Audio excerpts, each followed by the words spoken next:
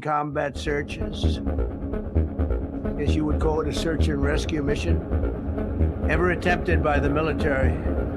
Generally, when planes are knocked down in war, especially when you're fighting a strong group, an evil group, you can't really do this because you send in 200 men to pick up one, and it's something that's usually not attempted as much as you want to attempt. And bad things happen to that one or two. And in this case, we did two, and might not have been attempted before, but we did. And we had great talent. We got a little luck too, I would say. And we were helped by a lot of people, a lot of great people. And it was an honor to be involved with it. It's very historic. This is a rescue that's very historic. It'll go down in the books. Late Thursday night, an American F-15 fighter jet went down deep inside enemy territory in Iran while participating in Operation Epic Fury, where we're doing unbelievably well, well at a level that nobody's ever seen before.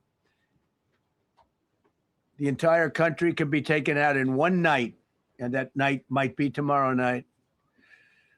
Both members of the crew ejected from the aircraft and landed alive on Iranian soil. I immediately was asked to make a decision. I ordered the U.S. Armed Forces to do whatever was necessary to bring our brave warriors back home. A risky decision, because we could have ended up with 100 dead as opposed to one or two.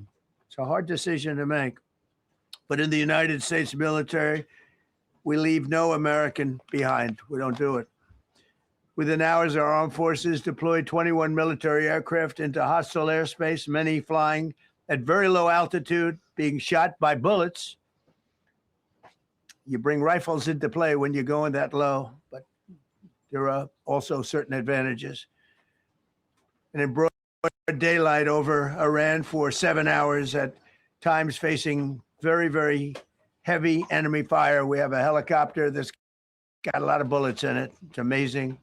We just realized how good those weapons are. Those our machines are. Nobody has the equipment that we have, and nobody has the military that we have. Not even close.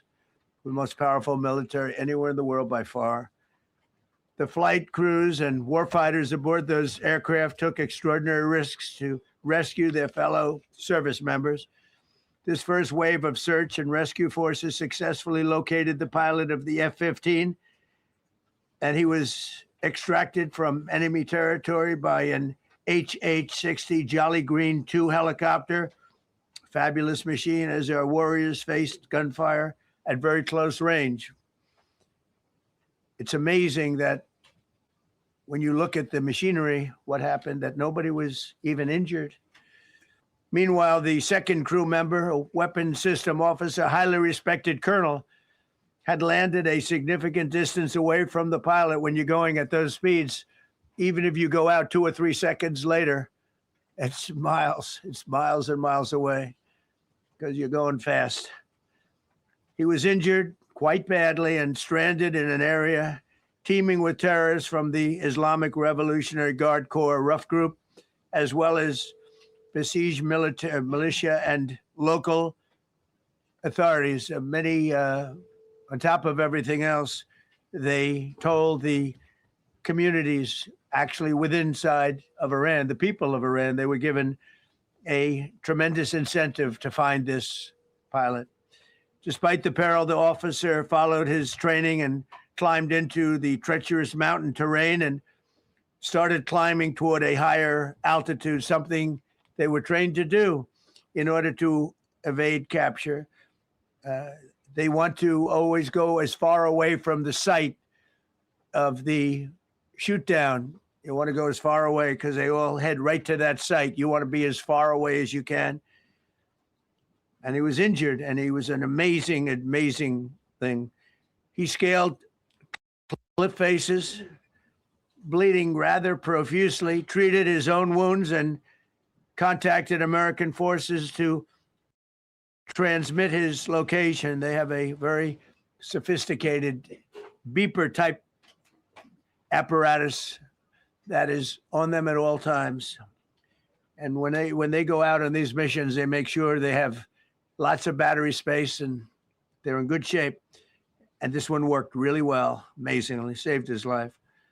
We immediately mobilized a massive operation to retrieve him from the mountain holdout. And he kept going higher and higher. The mountain kept getting rougher and rougher and really very, very hard to find. The second rescue mission involved 155 aircraft, including 4 bombers, 64 fighters, 48 refueling tankers, 13 rescue aircraft, and more. We were bringing them all over, and a lot of it was subterfuge. We wanted to have them think he was in a different location because they had a vast military force out there. Thousands of people were looking. So we wanted them to look in different areas. So we were scattered all over like we were right on top of them. We had 7 different locations where they thought, and they were very confused. They said, well, wait a minute, they've got groups here, they've got groups there. It's an amazing thing. I was listening to these great people, these great generals. General Raisin Kane was amazing, and Pete Hegseth was amazing. But I listened to the whole thing. It was pretty amazing. So they had all these different sites where everybody thought he was located. We think we have him over there because they have 9 planes circling a little area that's 25 miles down the coast. So in a breathtaking show of skill and precision, lethality and force, America's military descended on the area, the real area, engaged the enemy, rescued the stranded officer, destroyed all threats, and exited Iranian territory while taking no casualties of any kind. The heroic F-15 weapon system officer had evaded capture on the ground in Iran for almost 48 hours. That's a long time when you're in tough shape and when you're bleeding. It's a long time. When we left, as you probably know, we had 2 large planes, pretty old planes that carried a lot. We needed a lot more equipment going in than coming out, obviously, because going in, we needed to be able to scale mountains. And we had a lot of equipment, but the sand was sandy, wet sand. So we thought there may be a problem taking off because of the weight of the plane. And then we also had all the men jumping back onto the planes, and they got pretty well bogged down. And we had a contingency plan, which was unbelievable, where lighter, faster aircraft came in and they took them out. We blew up the old planes. We blew them up to smithereens because we had equipment on the planes that frankly we'd like to take, but I don't think it was worthwhile spending another 4 hours there taking it off. So we didn't want anybody to have, we have the best equipment anywhere in the world. We didn't want anybody examining our anti-aircraft and other equipment. So these were large planes that were old and pretty old, and we blew them up. And we had faster, lighter planes come in, and they were able to land on the sand. We needed the bigger planes because we had so much equipment that we needed. We took 3 helicopters over there, which were very strongly used and couldn't have lived without them. They did, and they performed unbelievably well. And if you'd see it, you wouldn't believe it. They came off the plane, and these guys had them. The rotors were off. They rebuilt these helicopters in less than 10 minutes. And that was one of the more amazing things. These are helicopters, small, unbelievably powerful, but small, very small, so it can get into certain areas. And they got them off the plane, and they rebuilt all 3 of them in a matter of less than 10 minutes. It's pretty amazing what the genius of these people. Who would think that? You'd think it would take 5 days to build them. And in some companies, it would take 5 days, and they wouldn't do it well. But they served us well. As commander-in-chief, I never forget the extraordinary risk taken by the warriors that we send into battle and the genius. I mean, think of it, having a contingency of 3 planes waiting because we think the sand is so bad that we probably won't be able to take off. And the planes really got bogged. This was not much of a runway. This was a farm, not a runway. It's a farm, but it did the trick. But to have a contingency as opposed to having to wait 2 days, can you imagine right in the middle? This was central. This was right, you would call it central casting if you were doing a movie for location. And probably the toughest area of Iran where we'd be sitting there. So these planes came in, those pilots came in so fast and so quick and got out of there. Everybody got aboard and just got 15-minute intervals. One load out, one load out, one load out. It happened. And we were watching and we said, that's amazing. It's in many ways, I was almost more impressed by the contingency that we had than the fact that, if we would have had a runway or decent soil, but it was an amazing thing. But we thank God for every single one of them and the talent. The genius is not even talent, it's genius. It's the whole ball game, every one of them. If you look at what we did with Maduro, we went into a military compound, a massive, with thousands and thousands of soldiers, and within a matter of minutes, and he lived behind iron doors. There were steel doors, broke them down so quickly. And within almost minutes, he was in the back of these planes. It was a similar group. Incredible. We have incredibly talented people. And if the time comes, we move heaven and earth to bring them home safely. We're going to bring our people home safely. I want to thank every member of the U.S. Armed Forces involved in these historic operations. They really were historic. It's just not something that's done. And you'd understand it. Not that they don't want to do it, but when you're going into areas, when you look at these helicopters, when you look at the amount of bullets and everything else that they took, when you go into these areas, you don't come out like we came out. God was watching us. I tell you, well, it was the Easter, we were in the Easter territory, I guess, but God was watching us. Amazing. Because when you look at the machinery, they took damage. It tells you, first thing I said is, these are unbelievable machines, how they flew back and not even much of a problem. But these two extraordinary rescues, because it was two, and as you probably know, we didn't talk about the first one for an hour. And then somebody leaked something, which we'll hopefully find that leaker. We're looking very hard to find that leaker, and talked about there's somebody missing. They basically said that we have one and there's somebody missing. Well, they didn't know there was somebody missing until this leaker gave the information.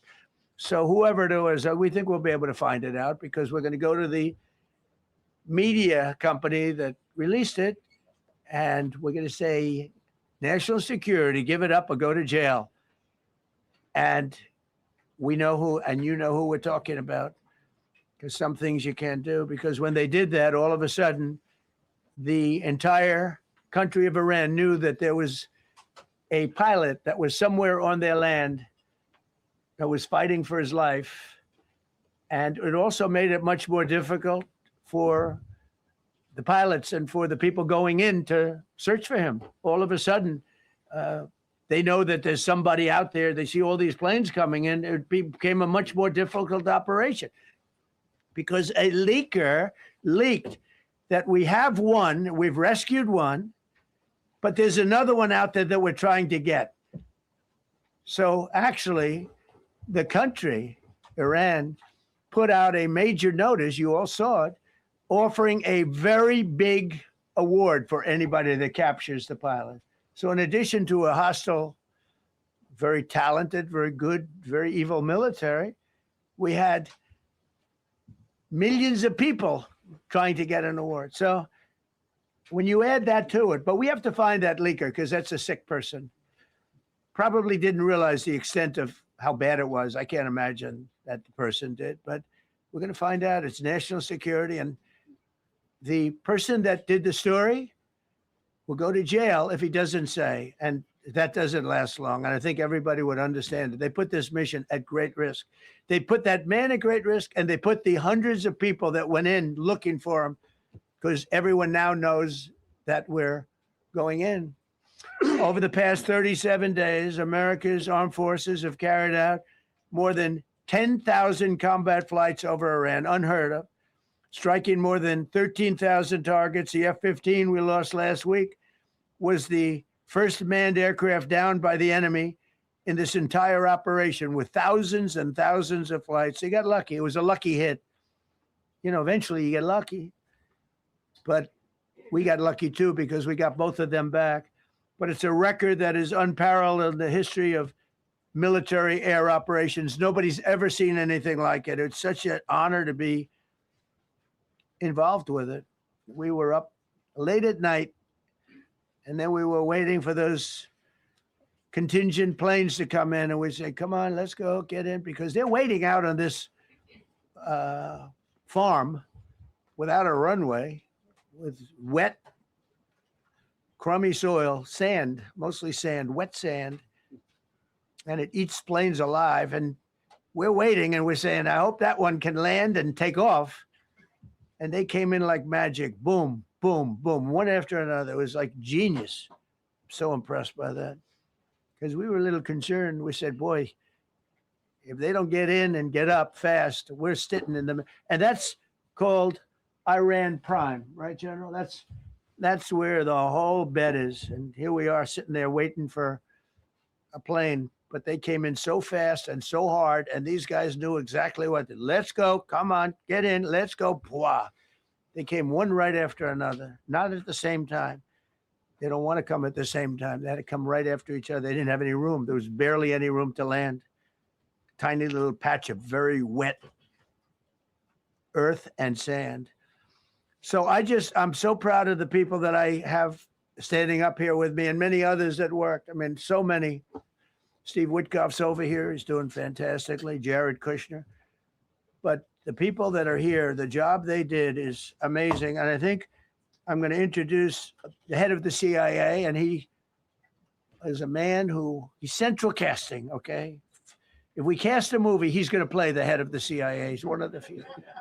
John Ratcliffe, he did a phenomenal job that night. He did something that I don't know if you want to talk about it. If you want, you can. I'm not sure you're supposed to. I'm not going to talk about it. But the CIA was very responsible for finding this little speck. It's like they used an expression on one of the shows. A general was talking about, it's like finding a needle in a haystack, finding this pilot.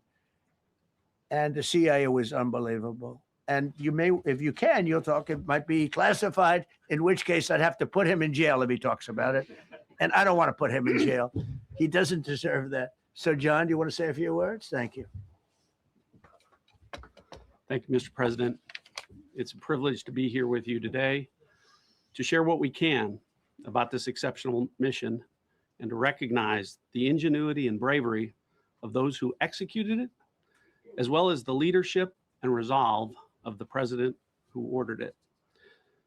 One thing that has been clear to me in this role is that the flawless military operations that the Department of War is known for are hostage to flawless intelligence.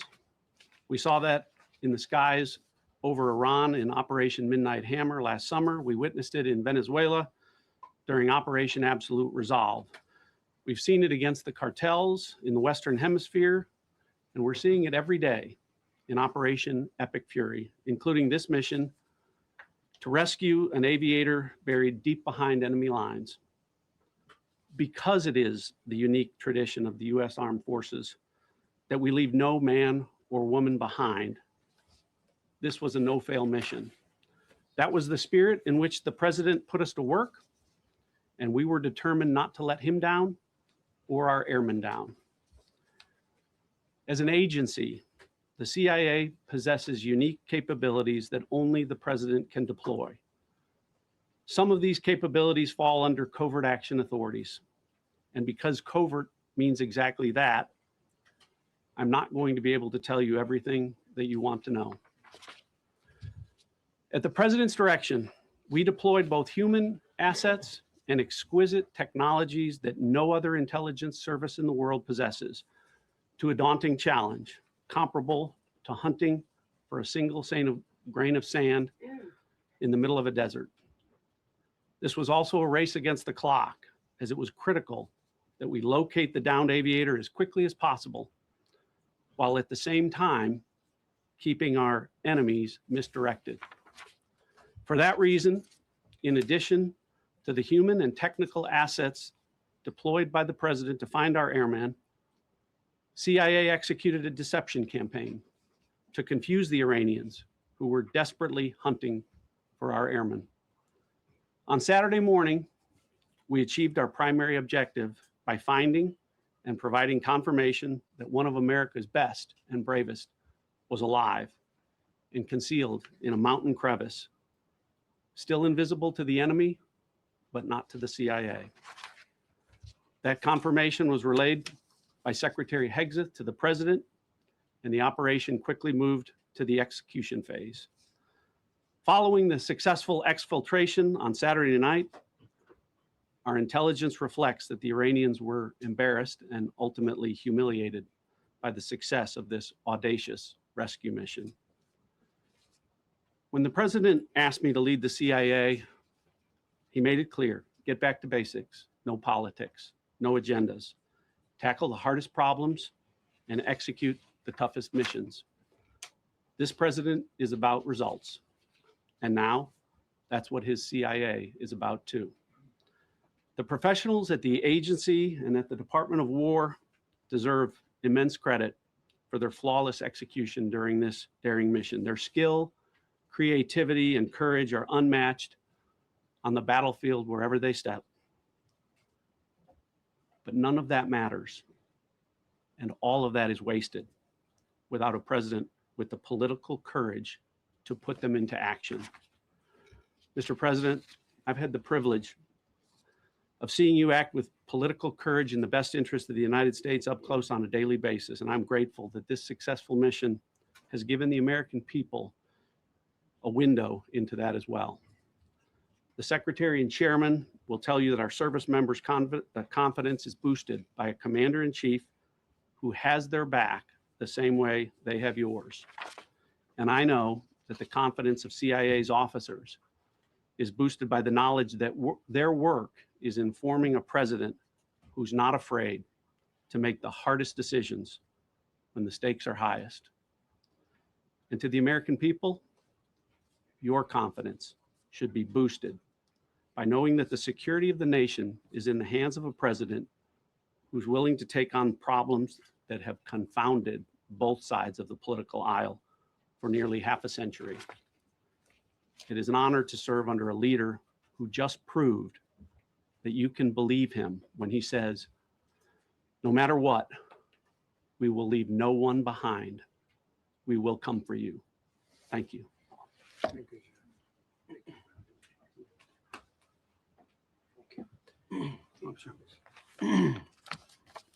Well, John, thank you for the collaboration of the CIA as well. Incredible and ongoing partnership.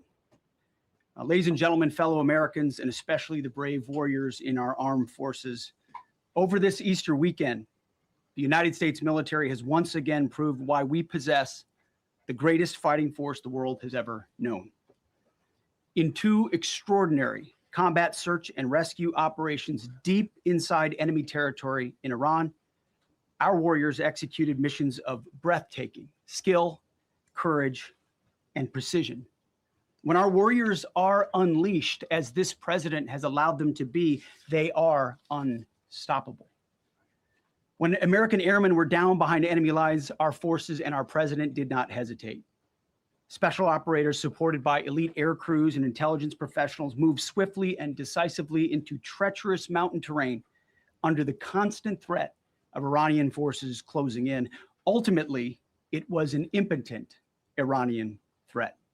And today, as the CIA director mentioned, Iran's military, and we know this, is embarrassed and humiliated, and they should be. Now, these are not routine operations. They were high-risk, high-stakes missions conducted in the heart of enemy territory. This was not just barely into Iran. This was deep into Iran, involving coordinated strikes to suppress threats, deception tactics to protect our teams, and full synchronization across air, ground, and special operations. The Iranians are still asking themselves right now, how did the Americans do this? One downed airman evaded capture for more than a day, scaling rugged ridges while hunted by the enemy. When he was finally able to activate his emergency transponder, his first message was simple and it was powerful. He sent a message, God is good. In that moment of isolation and danger, his faith and fighting spirit shone through. You see, shot down on a Friday, Good Friday, hidden in a cave, a crevice, all of Saturday, and rescued on Sunday. Flown out of Iran as the sun was rising on Easter Sunday. A pilot reborn, all home and accounted for, a nation rejoicing. God is good. Despite incoming fire and unforgiving conditions, our troops brought every American home. No American lives were lost. We leave no man behind, and that is not luck.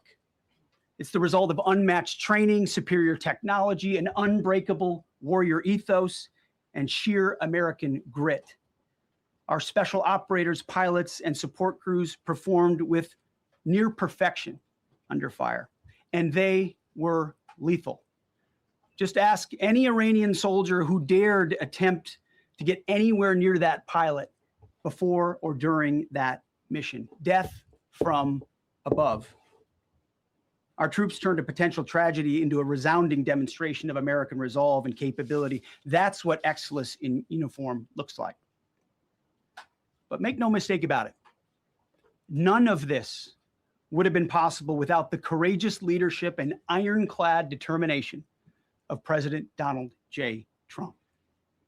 From the moment our airmen went down, President Trump made it clear we will leave no one behind. The first mission, the first of two, was an audacious daylight thunder run right up the middle. It was authorized in less than 2 hours from that pilot going down when we knew where he was. And it was authorized in the middle of the night, because anybody that's worked for this man knows he's up in the middle of the night. Authorized immediately, without hesitation, audaciously. The second mission, as soon as we knew where that pilot was, and John was certainly helpful in that, also executed immediately. You know, I looked up at my screen when the final mission was complete inside our SCIF, our secure facility. And we have a running VTC, a running coordination cell. And the top of it read 45 minutes and 45 hours and 56 minutes. For 45 hours and 56 minutes, we held that call open for coordination. From the moment our pilots went down, our mission was unblinking. The call never dropped. The meeting never stopped. The planning never ceased. The president demanded rapid, decisive action. He backed our military with the full weight of his resolve, refusing to let enemy propaganda or tactical setbacks deter us. His leadership ensured that every lethal and non-lethal resource was brought to bear, that our forces had the authorities and the support they needed to succeed. When the president says he has the backs of our warfighters, he means it. And it means a great deal, and it's a big difference on the battlefield. President Trump understands that peace through strength is not a slogan. It is a doctrine that saves American lives. His unwavering commitment to rebuilding our military and restoring the warrior spirit has paid dividends in missions just like this one.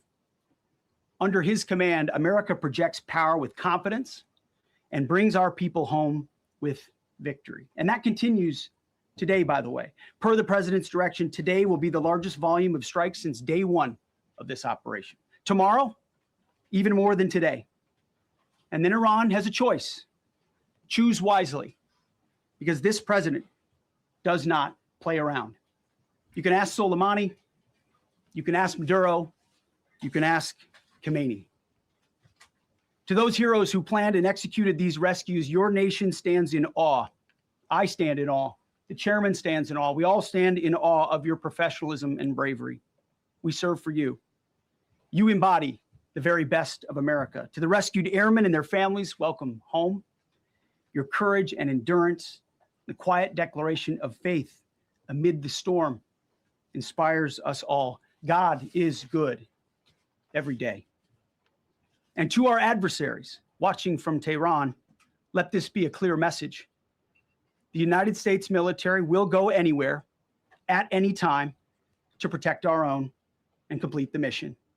We execute with precision. We control the skies. You see, we flew for 7 hours in daylight over Iran to get the first pilot.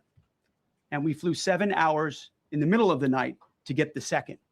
And Iran did nothing about it. We fight with honor, and under President Trump's leadership, we win. So God bless our troops, God bless President Trump, and God bless the United States of America. Thank you. Well, good afternoon, everyone. Thank you, Mr. President. Thank you, Mr. Secretary. I note before I start, I know many of you want specific details in these briefings. We will share what we can, but I will retain what I must in the event that we have to go do this again sometime. And I cannot stress the importance, as the President said, around operational security. The Secretary and I will do a more detailed briefing tomorrow morning, and we look forward to sharing the details that we can. On Thursday, 2 April at 10:10 p.m. Eastern Time, 4:40 in the morning, local Iran time, the Joint Personnel Recovery Center, which handles the Central Command area of responsibility, declared an isolated personnel recovery event for a U.S. Air Force F-15E Strike Eagle, call sign Dude 44, which was down in hostile Iranian territory.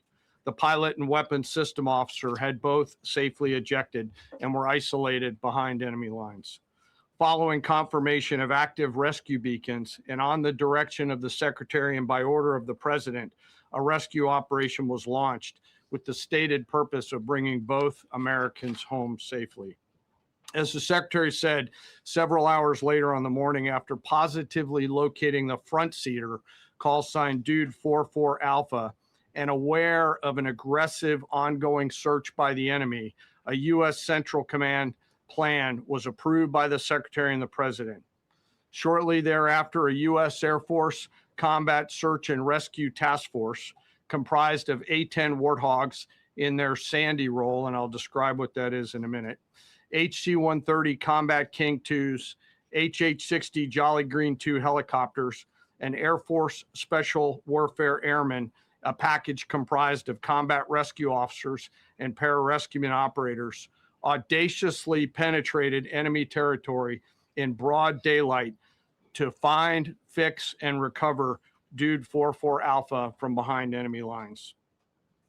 This was an incredibly dangerous mission, an incredibly dangerous undertaking, but a filled promise made to every American warfighter that you will not be left behind. We will always come find you, and we will always bring you home. Over the next hours, the Search and Rescue Task Force crossed the beach, entered into Iranian airspace, protected by a fighter strike package, and moved into the objective area, all under fire. En route, as some of you have seen on social media, the helicopters took gas off the C-130s and pressed onward and forward up into the objective area. While this was ongoing and out in front of them, the Sandy flight of A-10s and other remotely piloted aircraft, drones, and other tactical aircraft were violently suppressing and engaging the enemy in a close-in gunfight to keep them away from the front seater and allow the pickup force to get into the objective area. During this engagement, one of the Sandy aircraft, the one primarily responsible for communicating with the downed pilot, was hit by enemy fire. This pilot continued to fight, continued the mission, and then upon exit, flew his aircraft into another country and determined that the airplane was not landable. This was one of our A-10 Sandy aircraft. The pilot then made the decision to eject over friendly territory and was quickly and safely recovered and is doing fine. After picking up Dude 44 Alpha, the HH-60 Jolly Green fight was engaged by every single person in Iran who had a small arms weapon. And one of the aircraft, the trailing aircraft, took several hits. The crew sustained minor injury, and they are going to be fine. A note for those of you that do not know what a Sandy does. Named after the flight call sign that did this very mission in Vietnam, flying A-1 Sky Raiders and A-7 Corsairs, a Sandy has one mission: get to the survivor, bring the rescue force forward, and put themselves between that survivor on the ground and the enemy. They are committed to this. This is what they live for, and this is what they've trained for over many, many years. The A-10 force and the rescue force did a fantastic job rescuing Dude 44 Alpha. He was recovered Friday afternoon. As I said, and the nation needs to know this, this was an incredibly brave and courageous mission, and a testament to the courage, skill, and tenacity of the Joint Force and our leaders. And especially a daylight option, having the guts to try means so much to so many. Meanwhile, the backseater, as the President and the Secretary have said, had continued to work and survive. Through the hours of daylight, Dude 44 Bravo, the backseater, evaded.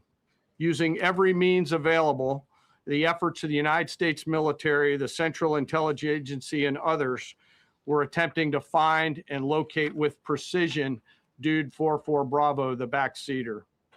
A note on the backseater and the front seater.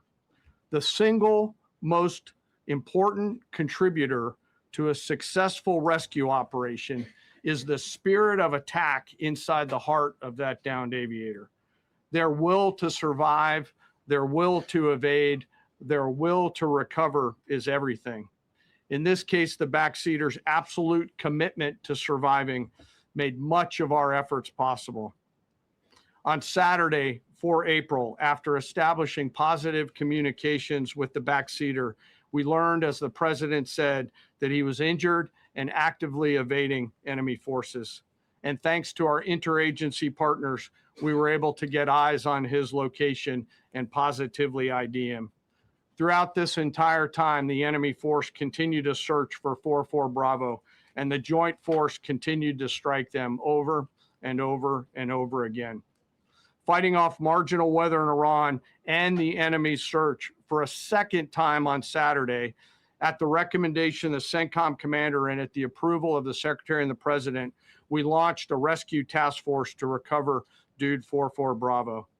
Again, this came to the President and the Secretary for approval, this time with a much larger force package based on the time that the enemy had to prepare to find 44 Bravo. Again, this force was protected by A-10 Warthogs using the Sandy call sign. And this force had one single mission: do everything they can to bring an American home. This meant having a plan, being prepared to execute that plan, and more importantly, being prepared for multiple simultaneous contingencies. And because of this force's professionalism, grit, and determination, fight off two enemies at the same time: the enemy searching for 44 Bravo and contingencies, which anyone who has done these types of missions knows we run into every single time. The force fought off both of those enemies incredibly well. During the period of darkness on Saturday, and as the Secretary said, into Easter Sunday and into the daylight, the force fought its way in and rescued Dude 44 Bravo. They were protected overhead by an air armada, including tactical drones, strike aircraft, and others.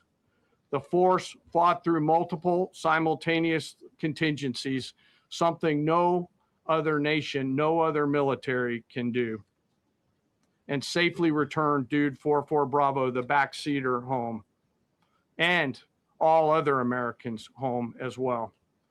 At midnight 12 local Eastern time, Easter Sunday, more than 50 hours after the start of this operation, the Joint Personnel Recovery Center declared Dude 44 Bravo, both the front and backseater, returned to friendly territory. The courage demonstrated by both the pilot and the weapons system officer while isolated and them invading the enemy cannot be overstated. Their grit and warfighting tenacity is a direct result of the absolute trust they have in our rescue forces, their training, and their will to survive and return. They always knew that we would be ordered to go get them, and they always knew that we would be coming to get them. These two operations reflect our nation's most sacred obligation to our military service members. We leave no one behind, bless you. It also perfectly captures the first truth of our special operations forces, that people are more important than hardware.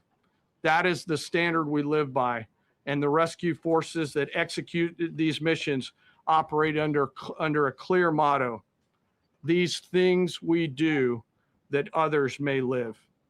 Their actions were a direct embodiment of that commitment to others, and I could not be more proud of each and every one of them today.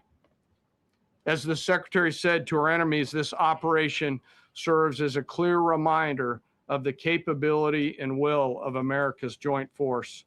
The United States of America will recover our warfighters anywhere in the world, under any conditions, when we want to. We will always bring overwhelming skill and firepower. To every member of the joint force, our interagency partners, the leadership at CENTCOM, and our leaders at the department and above, thank you. I'm proud of each and every one of you, and thankful to our deployed forces and their families. And lastly, and most importantly, to Dude 44, welcome home. Job well done. Thank you.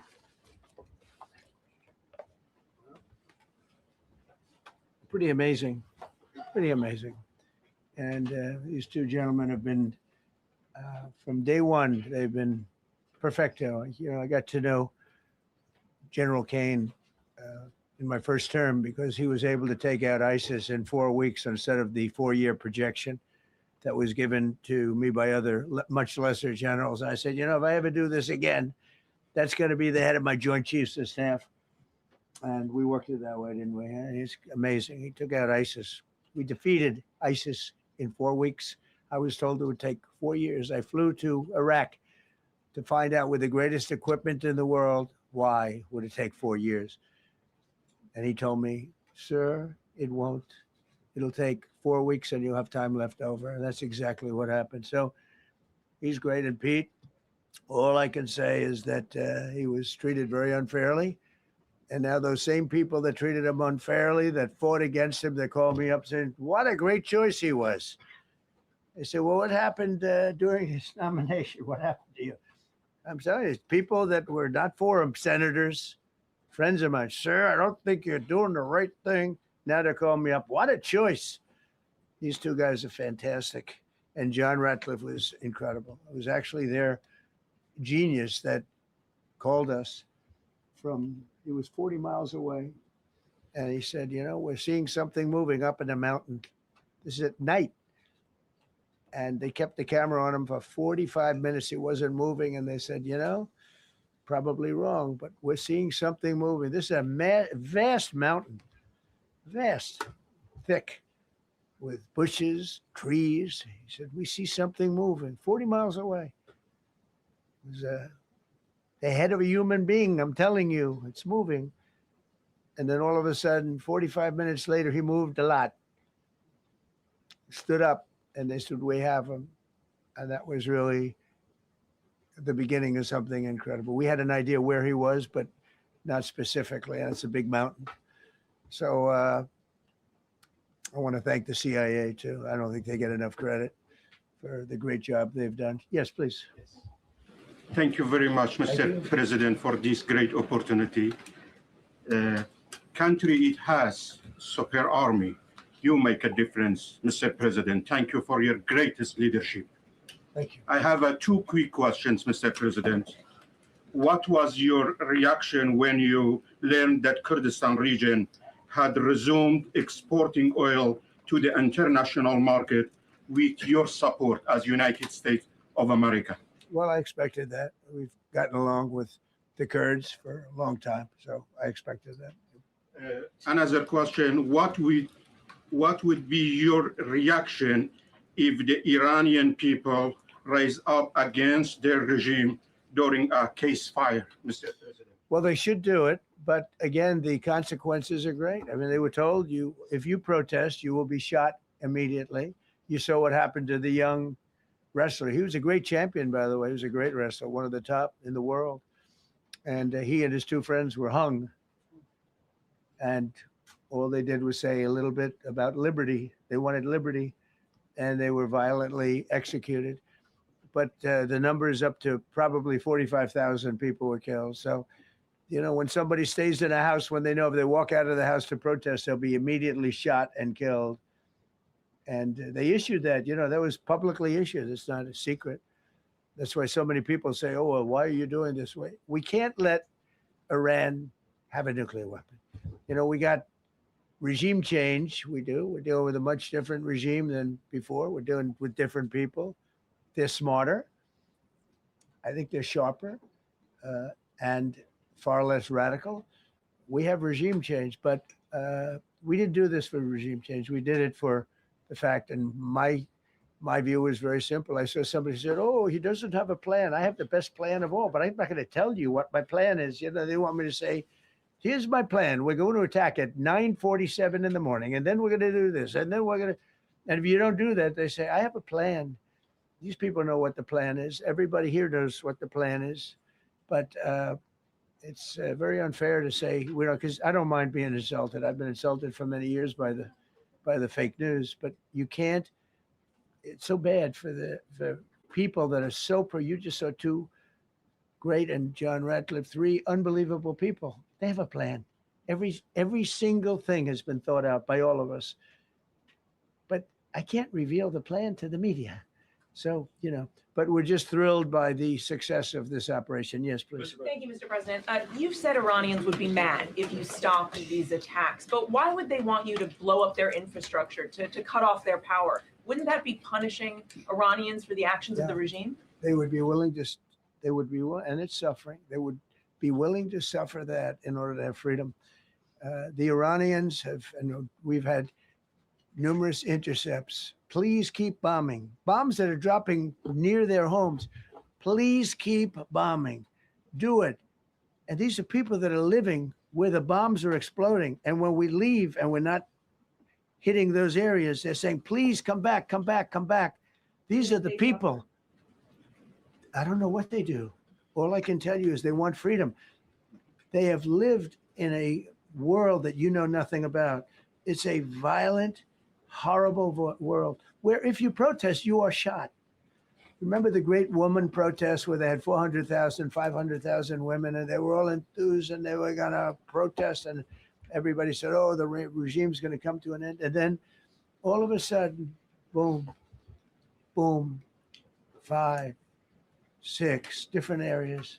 A woman would go down right between the eyes. They had snipers. They had 5 snipers. That's all it took.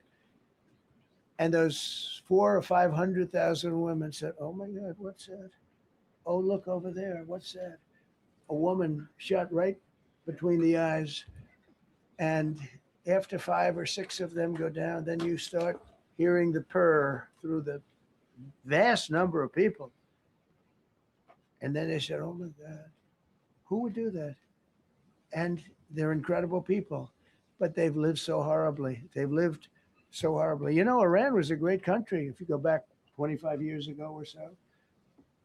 The Persian people, they're incredible, smart, brilliant, actually. And I know so many. I know coming from New York, originally, I know so many people from Iran. They're incredible people, incredible energy, and very, very brilliant people. But when you're standing in a group and protesting, and you have a woman, in the case of the woman, remember the Great Woman March? Everybody was saying, oh, this is the end of the country. And then snipers selectively picked. Every single one was shot right between the eyes from a long distance. They were on top of buildings. Nobody even knew where they were. Where are they coming from? This wasn't like a machine gun, which is also very bad. They've done that too. They did that recently. This was snipers sitting on the top of buildings, aiming and hitting women. And when they see people go down, and all of a sudden there's a riot in the reverse direction, and they never came out again. And a lot of the news doesn't talk about that. They talk about, oh, women's rights. You want to see women's rights? You're not going to see it there. It's amazing when I see some of the stupid people like, AOC +3, all that group. They talk about, oh, freedom for Iran. They don't tell you the real facts. Women, men, gays. How about gays for Iran? They kill the gays. They throw them off buildings. So I wonder what's going on. I can only say this. They want us to keep bombing, even if it jeopardized, because their life is in much greater danger. They want freedom for Iran, but it's very hard for them to protest. I actually tell them, I said, don't go out. I fully understand. Nobody in this room would go out. I don't think there's any, because frankly, it's not a question of bravery. We're all brave, right? You're brave, I'm brave, we're all brave, but we're also intelligent. If you have people shooting at you, expert shots with the best rifles you can get, and hitting you right between the eyes every single time, and you're looking here and you're seeing and you're looking here, you're out of there. I don't care who it is. Please. Mark Meredith, Fox News. I know that. Oh, thank you. How would I not know that? Go ahead. America's watching. No, Good job. can we go back to the weekend? First off, was everyone on board with the operation, or were there people that were trying to talk you out of going through with the operation this weekend? Not everybody was on board.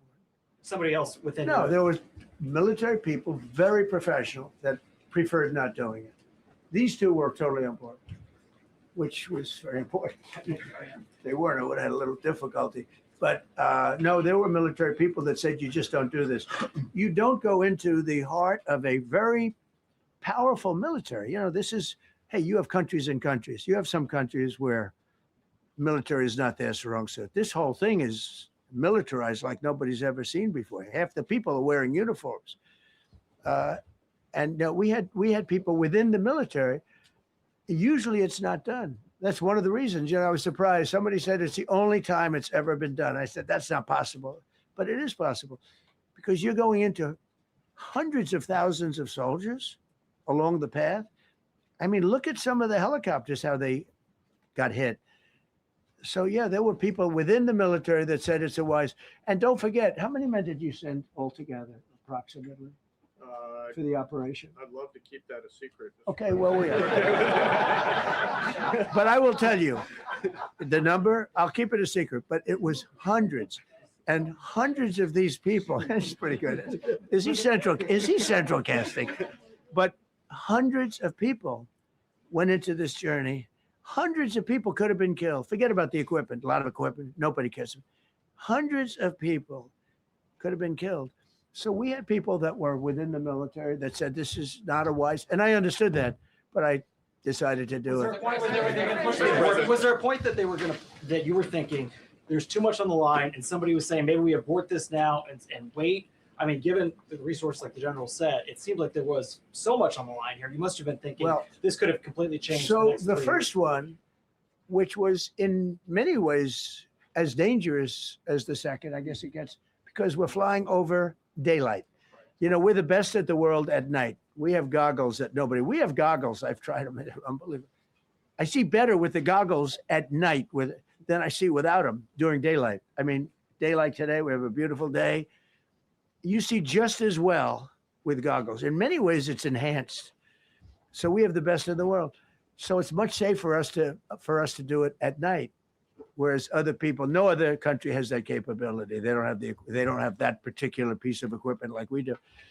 But when I was told flying and in daylight, I think we flew 7 hours over Iran, and that's a long time, over unbelievably hostile territory where they have nothing but weapons. We took out their anti-aircraft, which is great. We took out their radar, which is great. We took out a lot, but they still have, what hit this one was a handheld shoulder missile, heat-seeking missile. So it's not like, they're totally whatever, and they had probably a little luck, because you got to get lucky, but they shot it and it got sucked in right by the engine. But these guys were out of there. They were great. Their timing was great. But no, I was told that this is a very dangerous mission. I understand. They didn't say it's a foolish mission. They said, we're going to be sacrificing hundreds of people do this. You have tankers that are flying over this area so that because the flight was so long, they had to refuel. It's a very dangerous mission. I just felt it was worth it. If you would have told me that we would have been successful, gotten both, and nobody was even essentially injured, I would have said that would be impossible. Yeah, please. Mr. President, thank you very much. Thank you, sir. I'll come back to you. Okay, thank you. Given that you are now dealing, you say, with a more reasonable, less extreme leadership in Iran, what does that mean for the protesters, for the human rights movement in that country after this conflict? Well, I What's think your positive. expectation? Yeah, if they assume control, if we do something and they assume control, I think it's very positive, a big step. I don't think you'd see the radicalization that you have seen in the last. Look what happened. I mean, women are being executed because they're not properly clothed, they say. They're not properly clothed, and they execute the women. They shoot them right on the street. No, you have a much different group of people. Now, I'm not saying we are dealing with them. Essentially, they have till 8 o'clock tomorrow night, Eastern time. But we are dealing with them. I think it's going well. Mr. Witkoff is here, and JD's involved in the dealing. Mr. Witkoff is sitting right here, and I think it's going fine, but we'll have to see. You have to understand, we've been dealing with these people for 47 years. I'm standing here with a much more powerful Iran as of a month ago, not anymore. Right now, they are decapitated. But I'm standing here a month ago with a much more powerful Iran than it was at any point during 47 years. This should have been handled by 7 presidents, a lot of presidents. And those presidents are saying now, every one of them to their friends, we should have done this a long time ago. So it's not something I like doing. It's very dangerous. And we're getting them at the height of their strength. If I didn't terminate the Barack Hussein Obama Iran nuclear deal, they would have had don't forget, that was a path to a nuclear weapon. Remember this. He chose Iran over Israel, pure and simple. How Israel can vote for a Democrat is if you're Jewish in New York City or any place else in this country, and how you can vote for a Democrat is unbelievable, because he chose Iran, a very hostile Iran. Remember when he filled up a 757 with cash, billions of dollars of cash, and he sent it over to them. Then they gave them tens of billions of dollars. He chose Iran over Israel and really the Arab world, if you look, because, you know, the other, Saudi Arabia, Qatar, UAE. I mean, you take a look. I mean, I can add Kuwait and I can add Bahrain, and you can add others. He chose such an unlikely candidate. Nobody could believe it. Frankly, if you're going to choose between Iraq and Iran, he should have befriended Iraq. He went in the exact opposite direction of all thinking, and he made a terrible mistake. But that was a road to a nuclear weapon. And when I terminated that, everyone said, oh, he terminated it. It was one of the best things we ever did because he had a road to a nuclear weapon. And it was a very short-term deal. You know, countries don't do 10-year deals. Countries do hundreds of years. You don't do a 10-year deal. For a country, this isn't, you're a landlord and you're renting a store on a certain street and you give somebody a 5-year or 10-year lease. This is a country. It was a short-term deal. It was ready to expire. I terminated it before it expired. Took a lot of heat, and it was one of the best things I ever did because he would have had a nuclear weapon. Then he would have had another nuclear weapon, had those beautiful B-2 bombers not gone in 8 months ago and obliterated that site. And by the way, the word is obliteration. CNN said, well, maybe it wasn't complete. It was so complete that they still haven't been able to get it. It was obliteration. But if we didn't hit them, that was a courageous decision too, because we had all those planes flying in at night with very little cover, unbelievable stealth planes, and they were able to do their job. If we didn't do that, Iran would have had a nuclear weapon at a high level, either one of those two instances. And if they did, in my opinion, I told this to Bibi Netanyahu yesterday, Israel would have been extinguished. Large portions of the Middle East would have been extinguished, whether it's Saudi Arabia, Qatar, UAE, or others. And you saw that with thousands of missiles raining down upon them. They didn't think they were going to be hit. They thought they'd be watching us fight. And all of a sudden, UAE got hit by 1,500 missiles. He would have taken them out also. And they were powerful. If I didn't come along and terminate the Obama deal, which was terrible, the Iran nuclear deal was a road to a nuclear weapon, a big one, unlimited, legally. I terminated it without even much thought. It was so easy.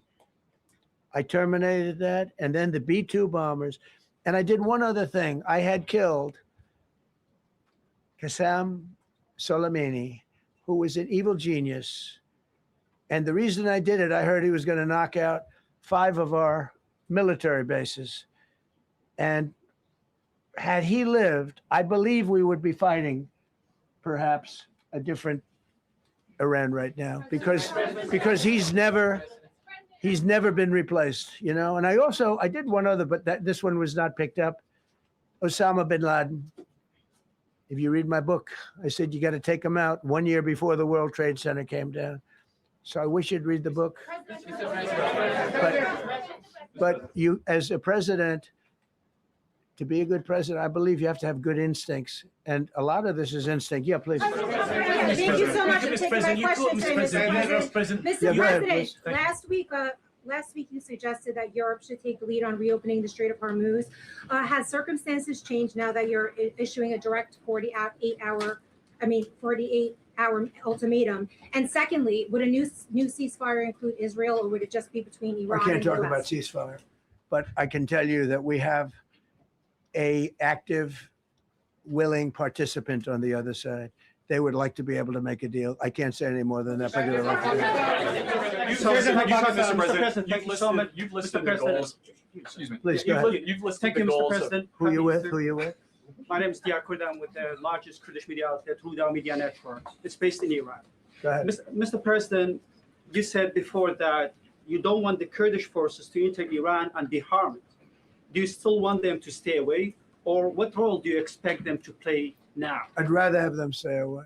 And then, I'd rather have them stay away because I think they bring with them some problems and some difficulties. And I don't think they bring death. I mean, you know, to themselves. But I'd rather have them stay away. Go ahead. Thank you, Mr. President, for the question. Deliberate attacks on civilian infrastructure violate the Geneva Conventions and Who you with? international law. Who you with? I'm with the New York Times, Zolan from the New York Times. Are you Failing. The failing. Are you concerned? Circulation way down at the New York Times. Are What's you going on concerned with it? that your threat to bomb power plants and bridges amount to No, war not at crimes? all. No, I'm not. I hope I don't have to do it. But again, I just said 47 years they've been negotiating with these people. They're great negotiators. Why would that And act not because violate they're not going to international have a nuclear weapon. And if somebody that takes my place someday is weak and ineffective, which possibly that will happen because we had numerous presidents that were weak, ineffective, and afraid of Iran, we're never going to let Iran have a nuclear weapon. And if you think it's okay for people that are sick of mind, that are tough, smart, and sick, really sick, from a policy standpoint, from a standpoint, any which way you want to say, mentally, these are disturbed people. If you think I'm going to allow them, and powerful and rich, to have a nuclear weapon, you can tell your friends at the New York Times, not going to happen. It means violating international law. Quiet. You no longer have credibility at the New York Times. Because the New York Times said, oh, Trump won't win the election, and I won in a landslide. I won every swing state. New York Times said, oh, Trump won't win the election. New York Times has no credibility. The credibility they have is it used to be all the news that's fit to print. The old gray lady, it was great, but they're running on past fumes, and you can't keep doing that. You have to be able to give the correct news. And people like you, who I know, are fake. You're fake. Go ahead, please. Your messaging on the war has moved from the war is coming to an end to war going to be bombing Iran to the Stone Ages. Right. And we've heard a range of those kind of messages. So which is it? Are you winding this Can't down tell you. or are you escalating I can't tell it? you. I don't know. I can't tell. Depends what they do. This is a critical period. They have a period of, till tomorrow at 8 o'clock. I gave them an extension. They asked for an extension of 7 days, right? I said, Steve, give them 10 days. 10 days is up actually today. So I gave them 11, I guess, indirectly. I thought it was inappropriate the day after Easter. I want to be a nice person. They have till tomorrow. Now we'll see what happens. I can tell you they're negotiating, we think, in good faith. We're going to find out. We're getting the help of some incredible countries that want this to be ended because it affects them also. A lot of people are affected by this, but we're giving them till tomorrow, 8 o'clock Eastern time. And after that, they're going to have no bridges. They're going to have no power plants. Stone Ages, yeah. Stone Ages.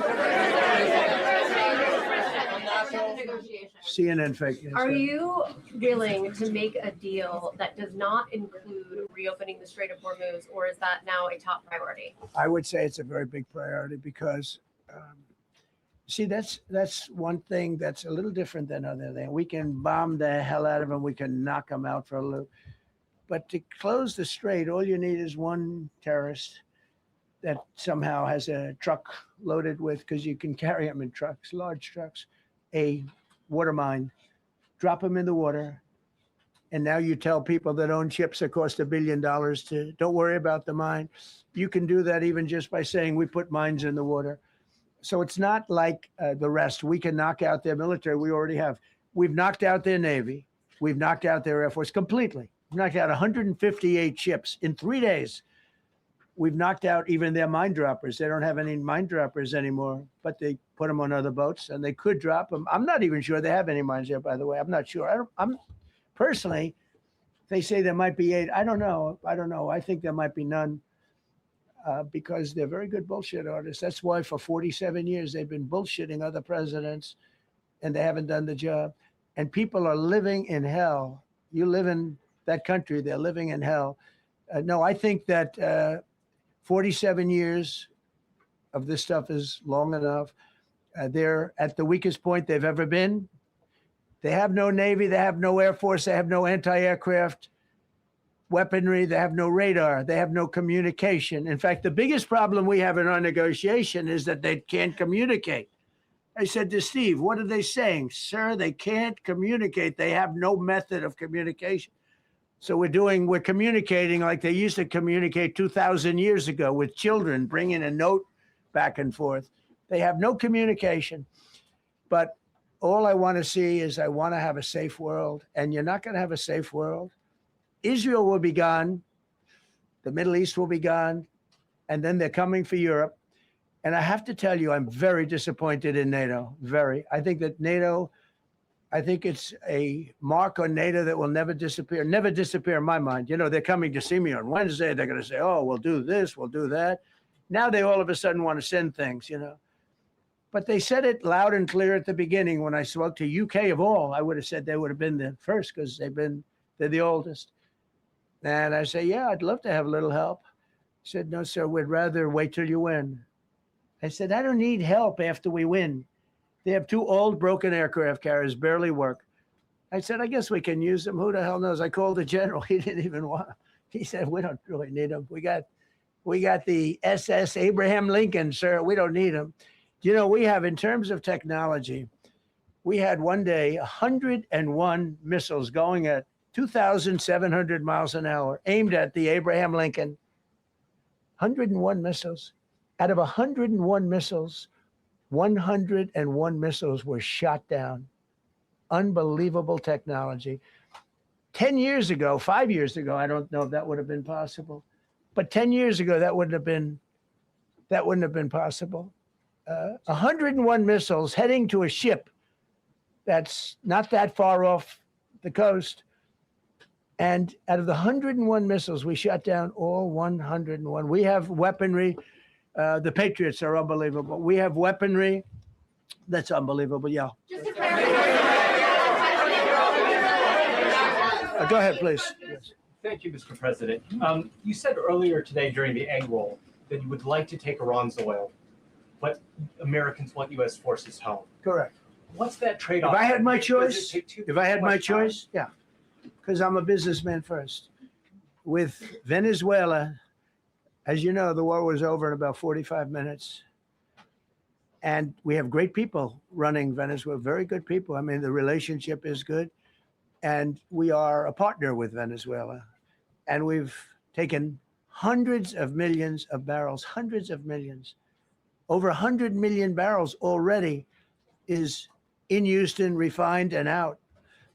And paid for that war many, many times over, many times. You know, the old days, to the victim. Okay, you know that. To the winner belong the spoils, go the spoils. And I've said, why don't we use it?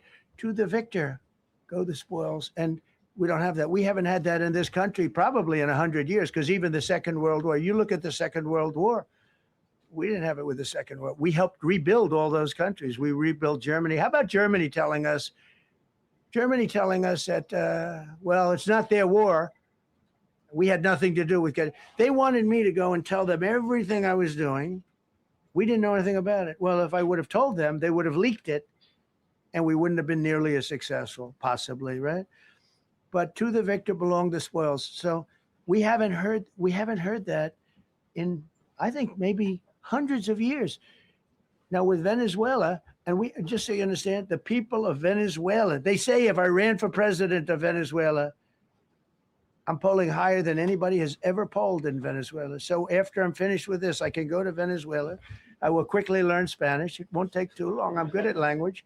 And I will go to Venezuela. I'm going to run for president. But we're very happy with the president-elect that we have right now. The people that are running it. If you remember Bush with Iraq, they fired the generals, they fired the police, they fired the people that worked in their equivalent of the White House. They fired everybody. And you know what they had? They had a mess. And you know what happened? ISIS formed. Those generals and those soldiers got together. The police got together. They all got together. They formed ISIS. Not going to happen with us. So Venezuela has been an incredible situation. We went in. We were very successful. Military power like nobody's ever seen. The general, Venezuelan general, said, I was on that site. I said, I've never seen ferocity like that. I've been doing this for 40 years. He said, I've never seen it. They hit us from 17 different, they were all set. They saw that big, beautiful aircraft carrier, the Ford in that case, and planes were pouring off it at 1 o'clock in the morning.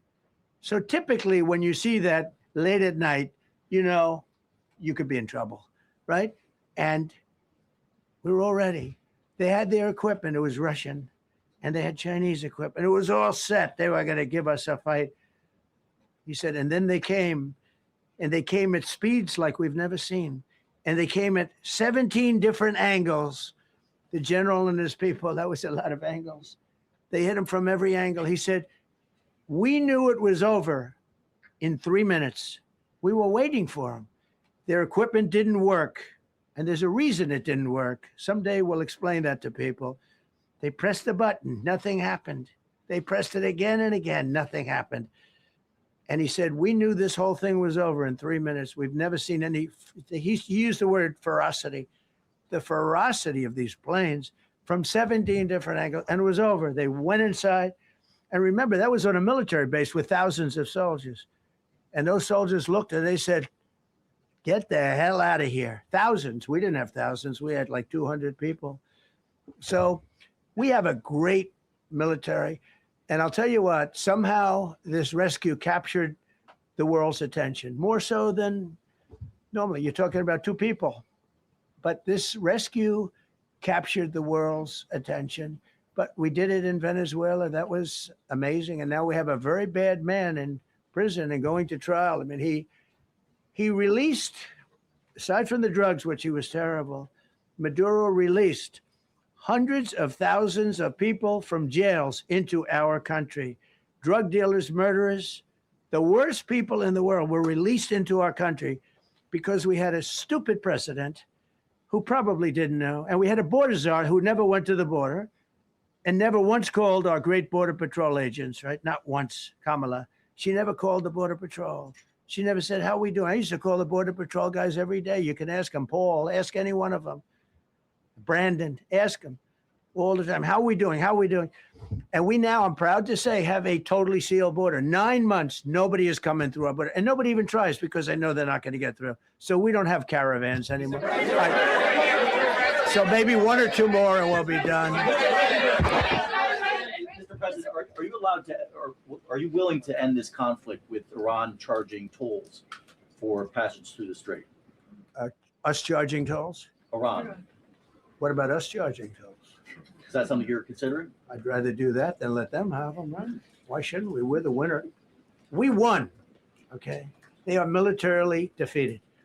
The only thing they have is the psychology of, oh, we're going to drop a couple of mines in the water, all right? No, we have a concept where we'll charge tolls, okay? I thought you meant us. Your question would have been more accurate if you said us. Go ahead. So just to clarify, in order for Iran to successfully meet your deadline tomorrow, do they have to make a deal, open the strait, or both? We have to have a deal that's acceptable to me. And part of that deal is going to be, we want free traffic of oil and everything else. Mr. President, thank you very much. You've said glory be to God in this conflict. Do you believe that God supports the United States actions in this I do, war? because And have you God sought is his good, direction? because God is good, and God wants to see people taken care of. God doesn't like what's happening. I don't like what's happening. Everyone says, I don't enjoy this. I don't enjoy it. These two guys don't enjoy it. You know, people say, oh boy, they're so tough. I don't like seeing people killed. I've ended 8 wars. Nobody's ever done it. The person who won the Nobel Prize came to me and said, you deserve the Nobel Prize. She announced that when they announced, they said, goes to Maria. She's a great person, really a good person. She said, no. This is ridiculous. They gave me the Nobel Prize. President Trump ended 8 wars. I could go over every one of them, including India and Pakistan, where the Prime Minister of Pakistan said, President Trump saved from 30 to 50 million lives. That makes me much happier than what we're doing right now. That makes me much happier. We have one more to end, by the way. Okay. President, you called yesterday in your Truth Social, you called the Iranians crazy bastards. True. What is your response to critics who say that I don't care about critics. What is your response to critics who say that it is your mental health that should perhaps be examined as this war continues? I haven't heard that. But if that's the case, you're going to have more people like me, because our country was being ripped off on trade, on everything for many years until I came along. So if that's the case, you're going to have more people. Dasha, go ahead. Dasha, go. You said that very little is off limits in Iran as far as targeting, Yeah. including power plants, bridges. You've mentioned those. Very little is off limits. Are there certain kinds of civilian targets, though? I'm thinking schools I don't want to or tell you that. hospitals that you I don't want would to say tell you is that. off- We have a plan, because of the power of our military, where every bridge in Iran will be decimated by 12 o'clock tomorrow night, where every power plant in Iran will be out of business, burning, exploding, and never to be used again. I mean, complete demolition by 12 o'clock. And it'll happen over a period of 4 hours if we wanted to. We don't want that to happen. We may even get involved with helping them rebuild their nation. And you know what? If that's the case, the last thing we want to do is start with power plants, which are among the most expensive thing, and bridges. You saw the bridge one. We were very close to a deal. And then I got a call from Mr. Witkoff, Mr. Kushner, and JD saying, I think they're breaking the deal. I said, tell them that's okay. Don't worry about it. But tell them to look out their window and watch. And within 45 minutes, I gave the order to knock out the biggest bridge. I gave the order, knock out the biggest bridge in, I believe, the Middle East, but the biggest bridge in Iran. And within 10 minutes after I gave that order, that bridge was over. So do I want to do that? No. Do I want to destroy their infrastructure? No. It will take them 100 years to rebuild. Right now, if we left today, it would take them 20 years to rebuild their country, and it would never be as good as it was. And the only way they're going to be able to rebuild their country is to utilize the genius of the United States of America. You voiced your displeasure with NATO in the past. Is there a danger to the U.S. not being the de facto of the leader of the alliance, and then other powers within the alliance then getting the decision making when it comes to wars and nuclear weapons? No, it's not a danger. Look, we went to NATO. I didn't ask very strongly. I just said, hey, if you want to help, great. No, we will not help. I said, that's all right. You don't want to help? Because I've always said NATO's a paper tiger. See, NATO's a paper tiger. Putin's not afraid of NATO. Putin's afraid of us, very afraid of us. And he's explained it to me a lot of times. I got to know him very well. I know him very well. NATO is a paper tiger. NATO is us. And when we needed them, we didn't need them, by the way. We didn't need them, obviously, because they haven't helped at all. Just the opposite. They've actually gone out of their way not to help. They didn't even want to give us landing strips. Think of it. And it's not just NATO. You know who else didn't help us? South Korea didn't help us. You know who else didn't help us? Australia didn't help us. You know who else didn't help us? Japan. We've got 50,000 soldiers in Japan to protect them from North Korea. We have 45,000 soldiers in South Korea to protect us from Kim Jong-un, who I get along with very well, as you know. Do you notice he said very nice things about me? He used to call Joe Biden a mentally retarded person, okay? So don't tell me about your stuff. Joe Biden, he said he's a mentally retarded person. He was so nasty to Joe Biden. It was terrible. But to me, he likes Trump. And do you notice how nice things are with North Korea? It's very nice. But we have 45,000 people, soldiers, in harm's way, and right next to Kim Jong-un with a lot of nuclear weapons. 45, which should have never happened if a certain president, I'm not going to mention this president because I happen to like him, believe it or not, but if a certain president did his job, Kim Jong-un would not have nuclear weapons right now. But they're all afraid to do their job properly. But just to conclude and just to finish, Japan didn't help us, Australia didn't help us, South Korea didn't help us, and then you get to NATO, NATO didn't help us. There were some countries that did. Now, countries that have been good, now you could also say they're got to be a little bit more involved because they're in the territory, but Saudi Arabia has been excellent, Qatar has been excellent, UAE has been excellent, Bahrain, Kuwait. I mean, Kuwait did shoot down 3 of our planes. The only planes really that we lost with friendly fire, they call it. I call it unfriendly fire. They unfortunately didn't know how to use our great Patriots. The pilot said, what kind of a missile's coming at us? Patriot. Boom, they got out because they know a Patriot never misses. So they had beautiful Patriots. There were planes heading in their direction. Unfortunately, they decided to shoot those planes. They were our planes.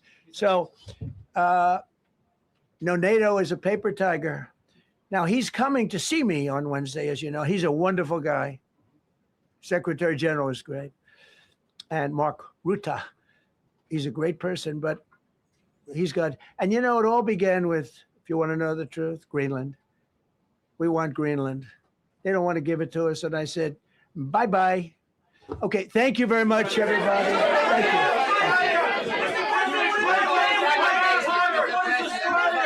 What about rising gas prices for Americans who are concerned?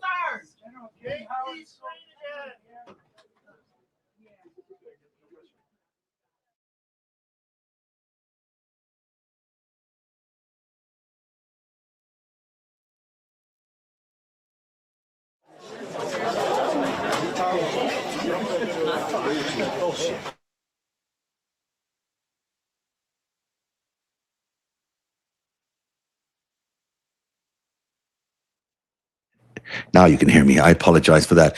We've been watching this extraordinary event take place. The president of the United States threatening hell will be rained down on the, let me just clear this out here, on Tehran, on Iran tomorrow. This is a clear and unbelievable threat that we've not heard from any president before. I'm just going to clear out something that's in my ear 1 second. So let me just do that. And then you'll be able to, that's so much better. So what we've heard now is a threat 27 hours from now, by my count. Donald Trump is threatening to rain hell all over Iran. He wants to take out all the bridges. He wants to take out all the power plants. And he's using that as a negotiating tactic right now. And who knows whether this very, very big threat to really, as he puts it, return Iran into the Stone Age will in fact come to fruition. But if it does, it'll be a seismic event. Now, of course, he's hoping the Iranians suddenly open the Straits of Hormuz, but they are defiant as anything right now. And they don't see any reason why they should be, they should be opening up the Straits of Hormuz, although he makes some credible points about the fact that they don't have a military left, or so they claim. We all know that, earlier on in the press conference, they were talking about these 2 aircraft that were downed and these 2 incredible rescues, and they were incredible, miraculous rescues. But you have to ask yourself, well, if our planes are being shot down, if there is enough gunfire to fight back our forces as they're trying to do these rescues, it's not like the Iranian military is completely immobilized. There's something there that is still fighting back and shooting down 6 aircraft. And if there's something there that's still shooting down 6 aircraft, you haven't won the war, sir. Now, he says the war has been won. He says by tomorrow he'll have a deal. We don't know that. That's just untrue at this point. I also want to point out that what he said there earlier on about this real propaganda effort, wasn't that an incredible thing that we saw earlier on? There was like a full-on Russian-style Kremlin propaganda disinformation campaign. I'm not saying the stuff isn't true that they said. Of course, this heroic rescue is remarkable. But the fact that they spent there an hour and a half in the way they did, building these narratives, explaining to people about the investment of the lives and the stakes of the heroic pilots, it just is all propaganda in my mind, because it covers up the essential facts that we still don't have an open Straits of Hormuz. We still have a completely volatile situation in the Middle East. And we have this hope that his ceasefire, although he doesn't want to talk about his ceasefire, deal will happen. And, the people negotiating that don't exactly have a track record. And within his own admission, he says that they're having a hard time reaching the Iranian leadership. They're using kids with letters that they're passing back and forth. Well, if that's the case, we're in real trouble here, because that's not going to be an effective negotiation by 8 o'clock tomorrow night. Everyone obviously knows that. So can they reach some sort of agreement using these children that they're ferrying back and forth? It just seems, unlikely, to say the least. Now, I don't want to go on too long here, because in just 25 minutes, we're going to be back on with Dean Blundell and also Malcolm Nance, and we're going to review everything we've just heard, because it is stunning to me that we are watching the American president threaten to obliterate a country's power infrastructure and bridges. I mean, we can't, just think about that in your own areas. What happens if the power runs out? We've seen it before during hurricanes. There is a major crisis when that happens. Obviously, food runs out, within days. People are running on the banks. There's chaos, there's craziness, there's no heating, there's no cooling, there's no transportation in some cases. Can you imagine what that would be on a national scale in a country the size of Iran, where no food can be ferried in, no emergency services can cross bridges, and civilians ultimately paying the price for this incredibly audacious thing the president of the United States is saying he's going to be doing. Now, just because he's saying it doesn't mean that they're actually going to do it. Of course, it could be all theatrics. This is the art of the deal, right? That's what he says. At one point there, he also mentioned that he believed that America was going to be charging tariffs on the passage through the Straits of Hormuz. America, not Iran, was going to be passing or charging tariffs. That seems unlikely. Of course, anything is possible in this incredible world that we're living in right now, where literally everything is happening before our very eyes. And I want to just run you through a couple of things here quickly before we catch up with Dean and with Malcolm. Here is a look at two things quickly. This is what Trump has threatened. He's threatened by within 27 hours, so really at 8 p.m., Tuesday at 8 p.m. This is quite a television style broadcast that he's doing, an event that he's constructing for everybody at 8 p.m. tomorrow night, right in prime time. And I bet you he's thinking about that. I normally wouldn't think that of a president, but I bet you he's thinking about it. What he's threatened here is that if Iran misses the deadline, strikes of critical infrastructure that will happen to power facilities, as we mentioned, and bridges. They'll be targeting city-level civilian life support and war beyond military sites.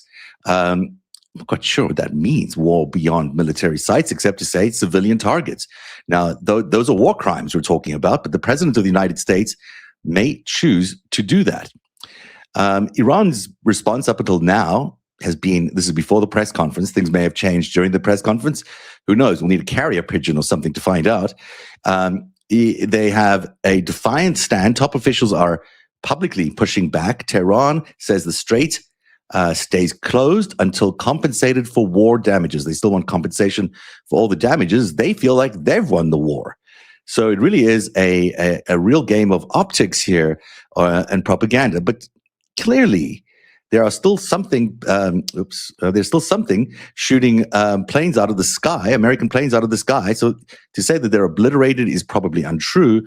To say that they don't possess a threat or an ability to counter America in some sort of ground invasion, well, that's just not true. So the key quote here is, I want to finish it up. Iran demands permanent end to the war, and they don't want anything paused. Now, there is a back channel going on. It's kind of crazy, the countries that are currently negotiating. It's Pakistan, it's Turkey. It's a bunch of countries, each of them passing literally messages through people to the presidency of Iran, and then back and forth. This is a very unsuccessful way of handling negotiations. And of course, Steve Witkoff, who's not been very good at settling crises around the world, is in charge of those with Jared Kushner. So don't expect too much from those negotiations. Let's just also say the timeline here is looking at 8 p.m. tomorrow night. That's the key thing that everyone is looking at now. And this is where we're at, everybody, at 27 hours to go. And, I can bet you this countdown that we've shown you here will be the kind of countdown you'll see everywhere in the coming hours, because it's made for television. It's absolutely feels to me like we're in the middle of a propaganda effort designed for television. Everyone wants everybody to be watching the screens at 8 p.m. tomorrow night. And the question on the ground is really, well, what if Iran stays defiant? It does nothing. The deadline passes. Is Trump really going to go ahead with this threat? Or will he do a taco? Oh, it's Tuesday tomorrow, so maybe he'll do a Taco Tuesday. It's quite possible. Now, earlier on, we did hear about the heroic efforts, truly heroic efforts of the American military to capture these two high-risk U.S. military captives. One wasn't a captive, one was in Kuwait. But the first one, the F-15E Strike Eagle, the crewman there, it was extracted in a remote mountainous region of Iran. Very difficult to do. And again, if it's very difficult to do and there was intense enemy activity, Iranian forces looking hard in big numbers, think about that. That's Trump saying right now there were big numbers in those mountains and there were lots of them, and they were able to bring down a plane. Well, that doesn't sound to me like a war that's over. That sounds to me like a war that's still very much continuing. Now, I don't normally want to do anything that makes it even remotely theatricizing or glamorizing or anything related to a war, because I think it's dangerous to do that, and especially dangerous to do that with AI. However, I did ask AI to show us what it would look like in this rescue. And, it's hard to not play this for you, even though I sort of, it looks a little like a video game. It's not a video game, but it does give you a very keen sense of what it might have looked like on the ground. So it's 15 seconds. It's more video gamey than bloody in any way. So don't worry about the violence from a blood and gore perspective, but it is a violent clip. And it just gives you a sense of the kind of conflict that, by their own description, their own words, this is AI taking the words from the president, taking the words from Hegseth, taking the words of the military. This is what they said happened during this rescue.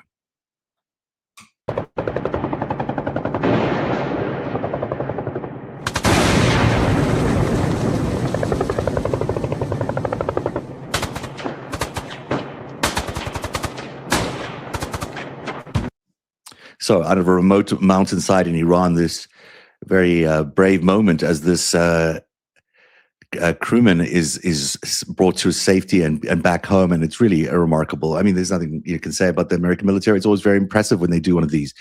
It blows your mind when they do one of these. But there was another one, of course, in Kuwait, and that looked a little like this, I believe. Maybe this is the first one. I don't know. This could be another AI version. It is another AI version. I'll stop playing them because it is actually diminishing, I think, what's really going on here. What's really going on here is a bit of masterpiece propaganda, masterpiece theater, really. I'm not saying these events didn't happen, but we're being told to look at these events in some sort of mythical way, in some sort of heroic way. So it's God is blessing us. Jesus is told, did this. It's Easter Sunday. When really this is a very bloody and serious situation. America is in, Iran is in, the world's economy is in, and certainly the Straits of Hormuz are the center point of that. And it's okay to focus on these pilots for a little bit, but the Straits of Hormuz is still closed. And whatever happens in the next 24 hours will reveal whether they stay closed and how deep and long a conflict this is going to be for America. But to suggest that by 8 o'clock tomorrow night, all this is done and Iran walks away and says, hey, it's over. Well, I don't know if we can say that. I don't think we can say that at all. We'll be back in just a few minutes. Let me get set up for the 5-stack because I really want to hear from Malcolm. I really want to hear from Dean. So we'll re-rack all of this stuff that we need to re-rack so we can hear the president's own word, and we'll run some of the analysis we've done. But thank you very much for being here on Narrative as we've been covering this extraordinary White House press conference where Donald Trump has threatened Iran with hell tomorrow night at 8 p.m., blowing up bridges and the entire power infrastructure. Those were his words, as he also did describe the heroic efforts, what he called a miracle, in saving the pilot that crashed in Iran, and obviously what is still a very volatile force or volatile military landscape. I'll leave you there. We'll see you in a few minutes on the 5-stack. I hope you'll join us. Until then, goodbye.